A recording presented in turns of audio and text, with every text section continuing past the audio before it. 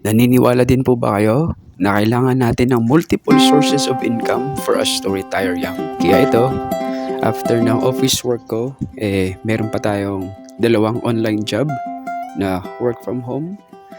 After ng work from home natin, nagpe-prepare na tayo kasi kinagabihan nito, meron naman tayong regular casino shows that I have been doing for several years na. After ng casino shows, kinabukasan, maaga tayong nagising dahil meron tayong booked wedding event for our client, Miss Colleen and Sir Ryan. Call time ko sa venue is 2 p.m. pero 12:30 pa lang, kailangan mag-travel na kami papunta sa venue, which is the Henry Hotel Manila dito sa Pasay. Our client booked us months in advance dahil napanood nila ako sa wedding ng isang nilang friend. Sobrang aga ako nakarating dahil yung setup ko normally takes 45 minutes and up for setup and sound check. And a good thing, pagdating ko andun na yung sound system, tinulungan ako ng isa nilang tao na makapag-set up lahat ng cablings, lahat ng instruments. Kailangan ma-set up ko na to bago mag-start yung wedding. Muntik nang magka-aberya during that time nung nagsiset up ako kasi napansin ko na itong dala kong keyboard is hindi nag-on. Nakailang check na ako sa power button ng keyboard, hindi talaga nag-on.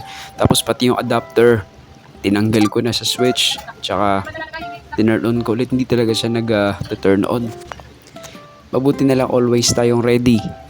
May nakahanda akong isa pang extra keyboard na baon ko. Kaya everything is all set. Nako, kung hindi gumana yung keyboard, nako, paano na yung bridal march natin? Napakalaking impact nun. So, salamat sa Diyos at everything was perfectly set.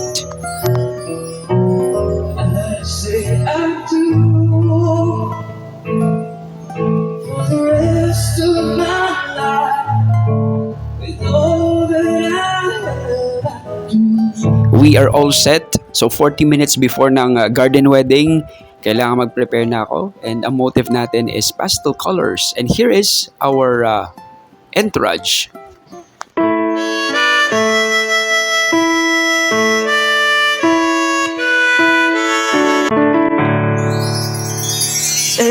Say it, I love you, always forever near. And if I sit together everywhere, I will be with you. Everything. And here is our bridal march.